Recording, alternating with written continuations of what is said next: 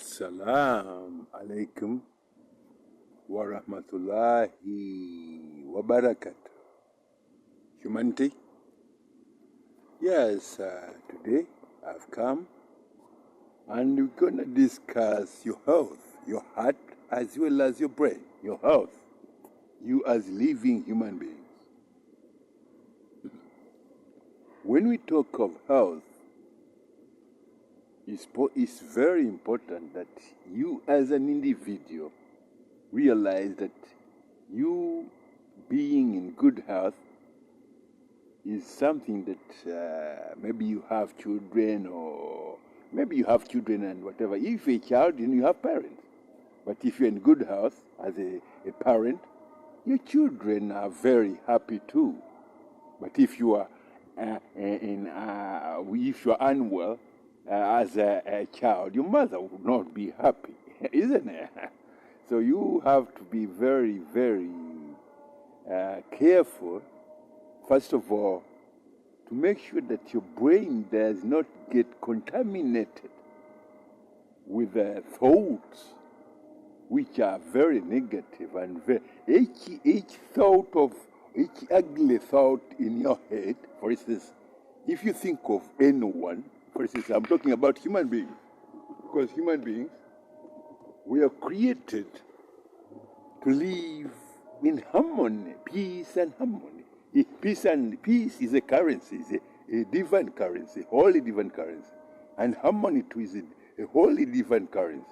But those two, and love is a holy divine currency. Those three, they kind of they use a scale. This is what we're calling a measure. A scale is when you put something on the other, and there's whatever, and you weigh. Does it? Do you give equal share to you being in good health and and the children and your parents? If you do that, then your health is at its best.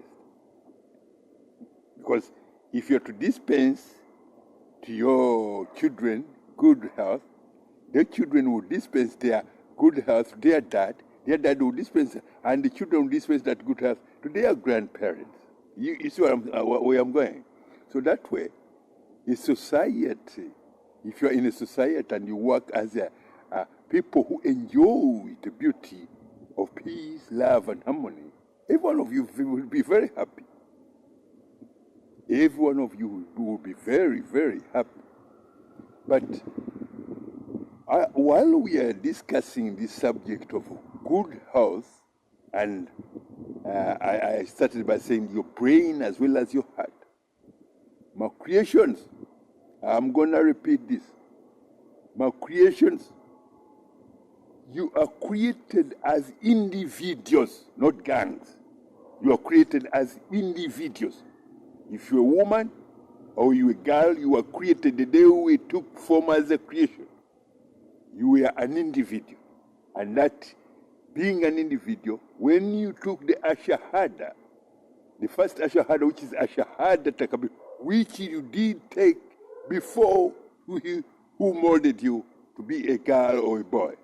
That is, he's the most holy glorified Allah. You took that Ashahada between you and Allah. Because that you are an individual. You are in your mother's womb as an individual. And even when you are taking that Ashahada, the mother who carried you did not know that we are a kind of, at that very moment, you are taking Ashahada.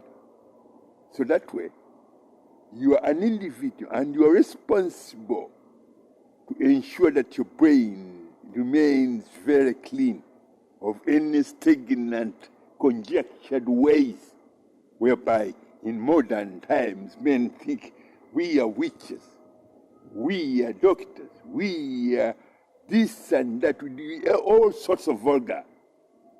But when it comes that if you are struck down by your own whatever that in your head, that things in your head, because they'll push you down, they'll pull you down, they throw you on the ground.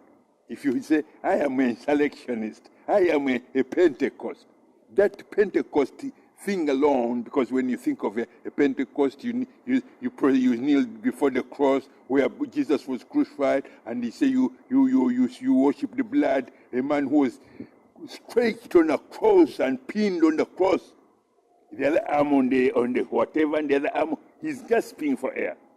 How dare in the 21st century, a person who is educated, say you are worshipping cruelty? Because if you look at the cross and see a man straight, crowned with a thorn on a crown of thorns on his head, beaten in every part of his body, and you say, that is your way, that's what you believe in. That is worshipping cruelty, worshipping sadism. That is what called sadism, desiring, because in one way or the other, your own body loses the ability to fear, causing harm to others, and it takes in what is, you find that it's okay if the crucified son of the so-called Jesus, me too, I can do other wish. No. That what you wish, what you see on the cross, first of all, I'll tell you what it is. Whenever you look at a man called Jesus on the cross, be 100% assured. First of all, it's a psychological weapon. The psychological weapon is when you look at something or read something that is dirty, that makes you sick in one way or the other. It makes your soul, the inner beautiful soul, become littered or kind of, in your way you use it, because these are people who derive pleasure from the physical and psychological mutilation of others. So someone picks a pin and starts pointing it, or a needle, putting it on, piercing your body with this thing.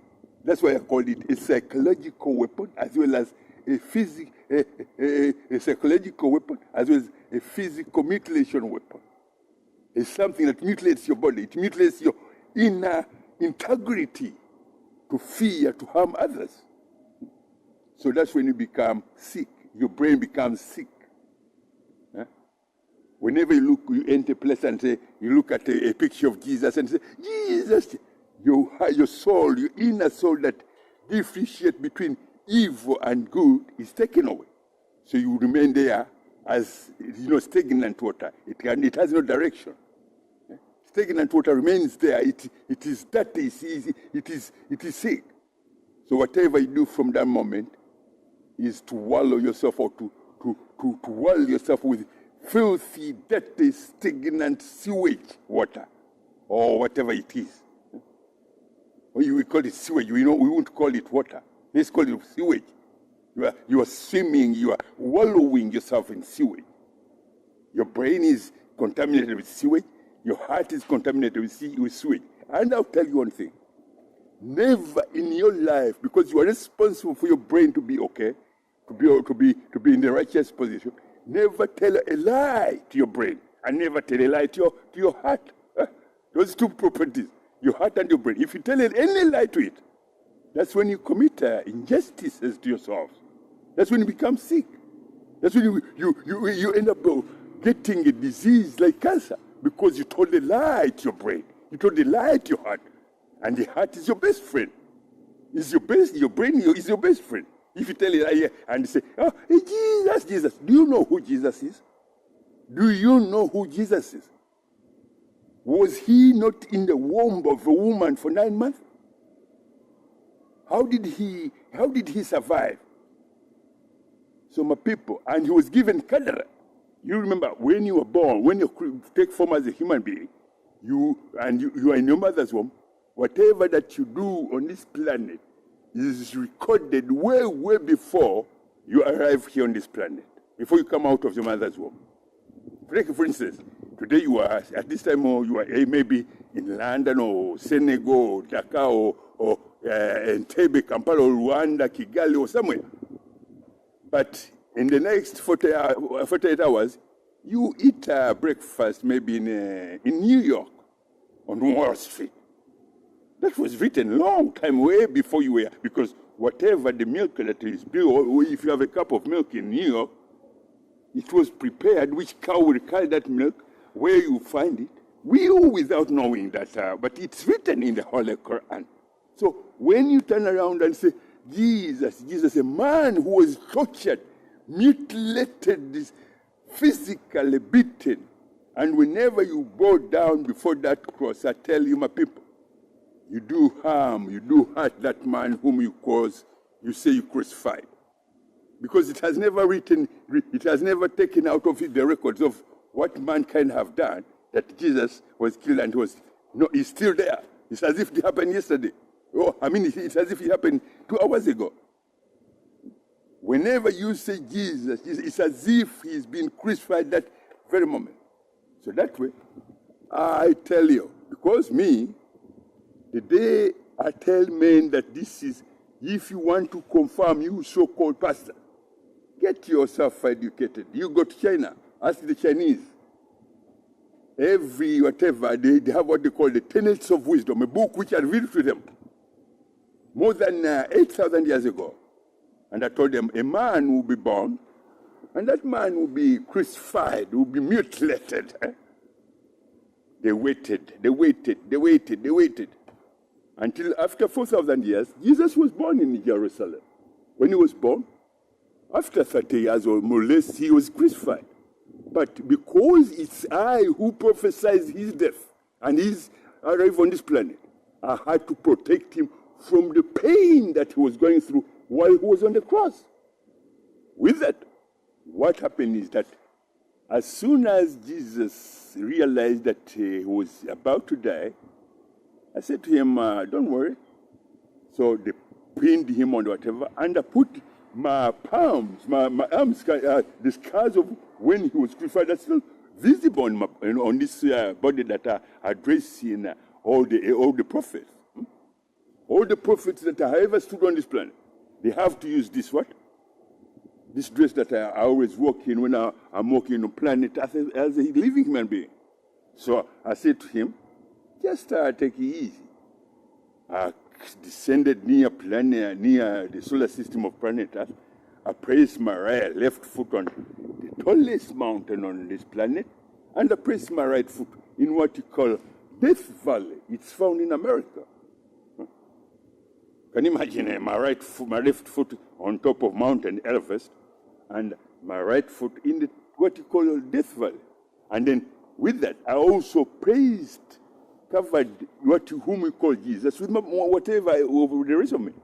And I held him, and I told him, you're going to feel pain, but that pain will be taken away because these people, they don't know what they're doing. So after a few whatever, they crucified him. He started gasping for air, struggling, and with that, I had to pull his soul out of him. And then I pulled the sun in the sky away from this solar system. So the entire solar system went blank. There was no light for many, many centuries.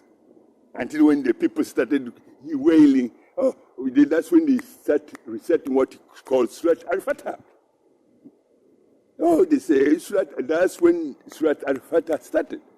So after some time, then I said, okay, I can bring the sun back to its whatever and do its work until such a time that if men go out of their head again, then I will destroy, I will shut down the entire planet or destroy the entire solar system. With that, I'm trying to explain to you that as human beings in modern times, what you call modern times, never tell a lie to your brain. Because if you tell a lie to your brain as well, first of all, if you tell a lie to your brain, your heart will have a problem. If you tell a lie to your heart, your brain will have a problem. And that goes on to your family, to your children, to your husband, to your grandparents, your parents, and the society in which you live. Those are the diseases you see now rotating around planet Earth as if it's whatever. And it has to be like that. Because men thought, in order to acquire fame, I have to tell a lie that I'm so and so. I have to tell a lie this and that. No. You are causing your own family members to suffer as well as everyone on this planet to curse you. Even these trees, you see, you men and women, you look at those trees, they are there as living creatures from which you gather mangoes. For instance, in the country where I am now, people gather when the season of mango comes. They gather mangoes and they take and sell. And they eat the goji or whatever. But if you turn around and say, those trees, they listen, they worship 24 hours a day. You know how they put their leaves on their canopy? And each leaf on that tree is a shahada, a practical living letter A. If you've ever been to school and you went to any education center, they'll teach you A, B, C, D. If you write a letter character A, it looks like as if it has a sharp edge and two whatever. That is exactly what a leaf of a tree or a mango tree looks like, with a signature like whatever in the middle of that leaf, which says Allah Akbar continuously. Because a leaf says Allah Akbar, Allah Alpha and Omega, Allah Akbar, Ashhadu la ilaha illallah, endlessly. When you turn around and say, hey, Jesus, tell me one tree of which you say that is a leaf which says Jesus. My people, you are sick.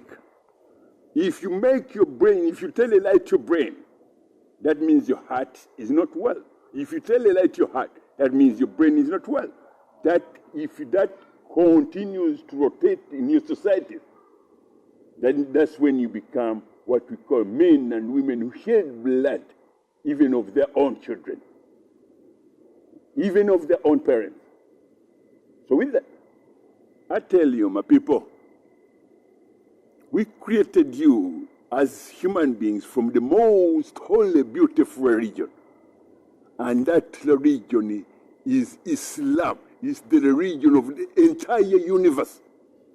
It's the religion of the oceans. It's the religion of every drop of water on this planet. And Islam is the religion of every atom in the universe. Islam is the religion of every atom in existence or in the universe. With that, if you are to oppose that, your lungs can, atoms can bear witness. If you say you deny Islam as your religion, because I will tell you, any air you breathe, prostrates before Allah, before it enters your lungs. It does. It doesn't prostrate before Isa, because Isa at one time when he was on the cross, Jesus, when he was on the cross, he gasped for air to breathe, because you had crucified him. So the air, or what you call oxygen, whatever, prostrates before Allah and says, Ya Allah, and it enters your lungs. And you breathe in and you enjoy it.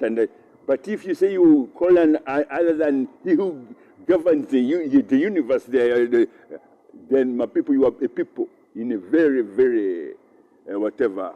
And for that, I came on this planet to warn men that some of you are a people who are not warned. You are a people who were not warned. And your children are in the line of fire. Because in modern times, you people, you use children as weapons. You send them on the front line. Or you say you become witches and you become like children. You go on the front line. I say that is a very, very deadly kind of reckless kind of what we call it, a kind of trial. You dress saying, are you a witch? You say, I'm a child, and you my baby, they send you on front line. You know what happens? What happens to a baby? If a mother throws the baby there and runs away because she's scared of something, would the baby pick up herself and run? So my people, I don't know what went over your head. What I wanted to tell you that never tell a lie to your brains, your own brain, as an individual. And never tell, because if you do, you'll be telling the same lie to your children, your parents, as well as the entire society. And that way, you become contaminated with diseases that you don't understand how to cure those diseases. Huh? So that's like an kind of advice about health. And your brain as well as your heart. Never in your life, because the brain in your skull is your best friend. And the heart in your chest is your best friend. If you tell it a lie, it will kind of, if it becomes ill, nobody else will go in the hospital and be thrown or whatever on what you call a ICU, intensive care unit, intensive care trolley. It will be you, because you told a lie to your heart. So a man who says he's a doctor, who have split your chest, to be able to kind of put your heart somehow together. So, my people, I'm just trying to show you that you are a people who are astray. You deviated from the reality, from the truth, and you become things that which are worthless to your own bodies. That's why most of you, your bodies succumb to what we call cancer. Your bodies, in the blood cells in your bodies, what you call the white and blood cells, they mutate in an act of suicide, committing suicide, because you tell a lie to your heart. You tell a lie to your brain. And the red and white blood cells religion is Islam. So they say, oh, is this person who built this and this and this, tell a lie against, and oh, he's fighting Islam? So let's mutate, why? And the body, the entire body is littered with tumors, cancer tumors, in the brain, in the legs, in the blood system. You get leukemia, you get, my people, these are the things what happens when you say you are a witch, and you say, well, I'm a witch, I'm a baby. No. If your mother threw you there, she could run and you wouldn't get anywhere. So my angels will say, look at this bloody sick witch. I'll order whatever the dogs to eat you up, to eat you, to have a meal. So that way, you are all Muslims on this planet. That was an advice about health. Your brain is your responsibility to look after. Don't tell lies to anybody. Don't tell lies to yourself. Don't tell lies to your brain. Don't tell it to your heart. That way, your children will be happy. But if you tell a lie, me as Mother Nature, or me as the whatever, I can cause your chest to be littered with multitudes of tumors, because I'm the air you breathe. Assalamu alaikum wa rahmatullahi wa barakatuh.